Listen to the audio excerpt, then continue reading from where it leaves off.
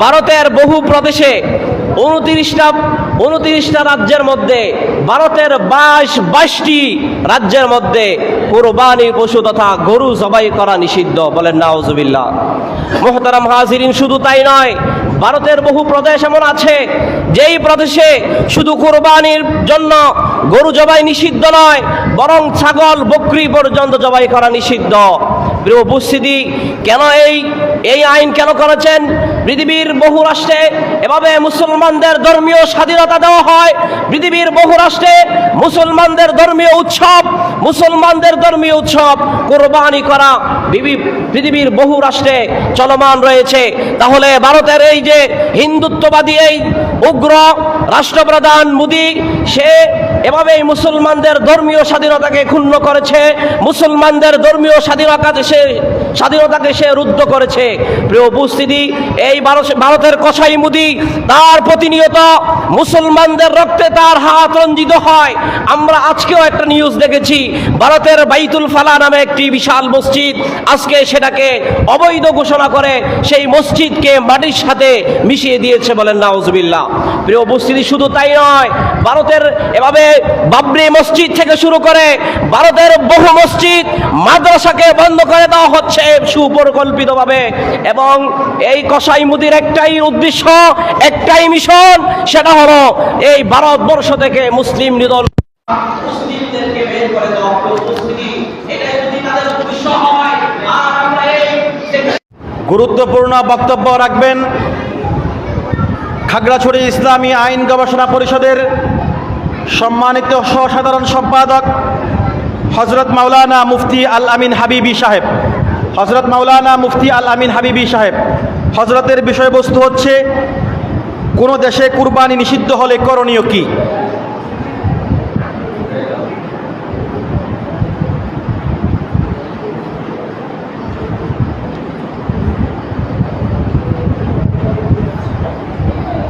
আসসালামু আলাইকুম ওয়া রাহমাতুল্লাহি ওয়া বারাকাতুহু।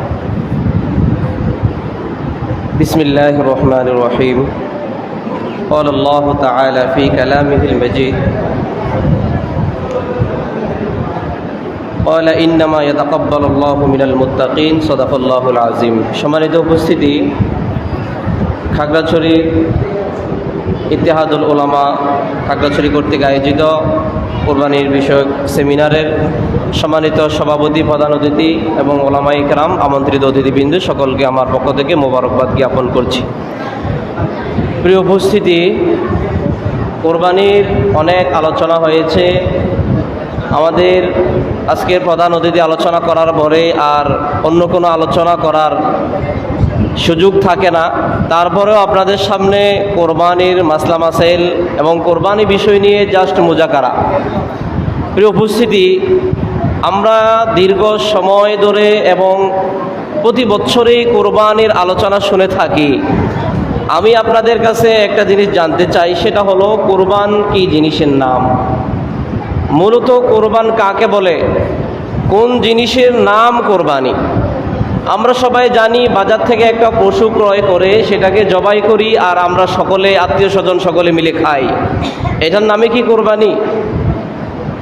অথচ কোরবান আল্লাহ তাআলা বলেছেন কোরআনের মধ্যে, তোমরা কোরবান করো। অসংখ্য হাদিসের মধ্যে আছে কোরবানের বিষয়। তাহলে আল্লাহ তাআলা যে কোরবান করার নির্দেশ দিলেন, আল্লাহ তাআলা কেন নির্দেশ দিলেন, আমরা কি জন্য কোরবান করি, এই বিষয়টা দুইটা উদাহরণ যদি আপনাদের সামনে কোরআন থেকে তুলে ধরি তাহলে খুব সহজে বুঝে আসবে। একটা উদাহরণ আমি আপনাদের সামনে দিব, সেটা হলো হাবিল এবং কাবিলের উদাহরণ। আল্লাহ তাআলা সূরাতুল মায়েদার 27 নং আয়াতের মধ্যে হাবিল এবং কাবিলের কোরবানির কথা উল্লেখ করেছেন। কোন ব্যক্তির কোরবানি কবুল হবে আর কোন ব্যক্তির কোরবানি কবুল হবে না, এই বিষয়টা সংক্ষিপ্ত আকারে আমি আপনাদের সামনে তুলে ধরছি। আল্লাহ তাআলা হাবিল এবং কাবিলকে কোরবান করার জন্য নির্দেশ দিলেন। অনেক লম্বা ইতিহাস। শুধুমাত্র কি জন্য কোরবান কবুল হলো আর কি জন্য অপরজনের কোরবান কবুল হলো না, এই বিষয়টাই আপনাদের সামনে তুলে ধরছি। আল্লাহ তাআলা যেই ব্যক্তির, যেই ভাইয়ের কোরবানিটা কবুল করে নিলেন, কেন কোরবানি কবুল করে নিলেন? আল্লাহ তাআলা বলেন, ক্বালা ইন্নামা ইয়াতাকাব্বালুল্লাহু মিনাল মুত্তাকিন। আল্লাহ তাআলা ওই ব্যক্তির কোরবানি কবুল করেন যে আল্লাহ তাআলাকে রাজি খুশি করার জন্য কোরবান করে। অর্থাৎ এক কথাই যে মন থেকে তাকওয়ার উপর ভিত্তি করে আল্লাহকে রাজি খুশি করার জন্য কোরবান করবে, তার কোরবানি কবুল হবে। আজকে আমাদের দেশে অনেকে দেখা যায় কোরবানির পশু কিনে সেটাকে গলার মালা দিয়ে মানুষের সামনে প্রদর্শন করা হয়। মানুষ আমাকে কোরবান না দিলে কি বলবে, মানুষ আমি যদি কোরবান না করি তাহলে মানুষের সমাজের মানুষ আমাকে কি বলবে, এই উদ্দেশ্যে যদি কেউ কোরবান করে তাহলে তার কোরবানি কবুল হবে না। কোরবানি শুধুমাত্র দিতে হবে একমাত্র আল্লাহকে রাজি খুশি করার জন্য। আরেকটি উদাহরণ আমি আপনাদের সামনে তুলে ধরতে চাই, সেটা হলো ইব্রাহিম এবং ইসমাইল আলাইহিস সালাতু ওয়াস সালামের কোরবানি। আল্লাহ তাআলা সূরাতুস সফফাতের 100 নং আয়াত থেকে নিয়ে শুরু করে দীর্ঘ আলোচনা করেছেন সূরা সফফাতের। ফাবাশশারনাহু বিগুলামিন হালিম। আল্লাহ তাআলা হযরতে ইব্রাহিম আলাইহিস সালাতু ওয়াস সালামের বয়স যখন 96 বা 86 বছর, দুইটা মতামত পাওয়া যায়। তার স্ত্রীর বয়স যখন 86 বছর, যাদের সন্তান ধারণ ক্ষমতা হারিয়ে ফেলেছে, এমন বৃদ্ধ মহিলা এবং বৃদ্ধ পুরুষ তারা সন্তান প্রসব করার সক্ষমতা রাখে না। ওই সময় আল্লাহ তাআলা হযরতে ইব্রাহিম আলাইহিস সালাতু ওয়াস সালামকে একটি সন্তান দিয়েছেন, যেই সন্তানের নাম হলো ইসমাইল আলাইহিস সালাম।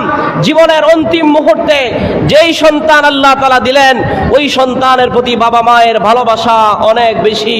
কিন্তু আল্লাহ তাআলার পক্ষ থেকে নির্দেশ আসলো যে ইসমাইলকে কোরবান করার জন্য। ইব্রাহিম আলাইহিস সালাতু ওয়াস সালাম একটু দ্বিধাবোধ করেন নাই।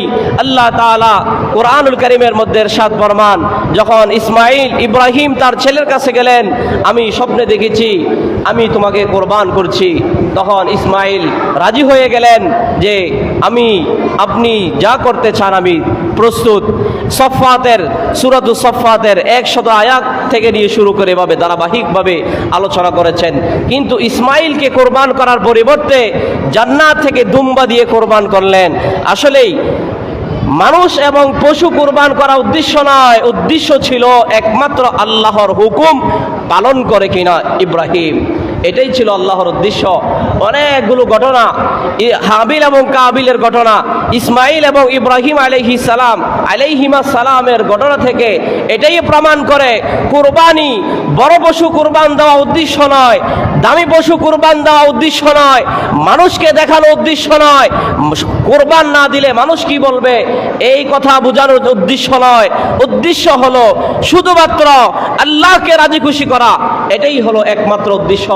আমরা পশু জবাই করি, সেই পশুর মাংস আমরা খাই, পশু জবাই করি, সেই পশুর চামড়া আমরা নিজে ব্যবহার করি, পশুর সব কিছু আমাদের কাছে থেকে যায়। আল্লাহ তাআলার কাছে কোন জিনিসটা যায়? কোনো কিছুই যায় না, কোনো কিছুই আল্লাহ তাআলার কাছে পৌঁছে না। পৌঁছে শুধু আমার আপনার দিলের অবস্থা, আমার আপনার তাকওয়া, এটাই আল্লাহ তাআলার কাছে পৌঁছে এবং এটাই আল্লাহর উদ্দেশ্য। অথচ এর বাহিরে যত কিছু আছে সব কিছুই আমরা কিন্তু উপভোগ করি, খাই। প্রিয় উপস্থিতি, আমার আরেকটি ছোট্ট বিষয় ছিল, কোনো দেশে যদি কোরবানি নিষিদ্ধ হয় তাহলে সেই জনপদের মানুষ, সেই প্রদেশের মানুষ, সেই এলাকার মানুষ কি করবে? অনেকগুলো প্রশ্ন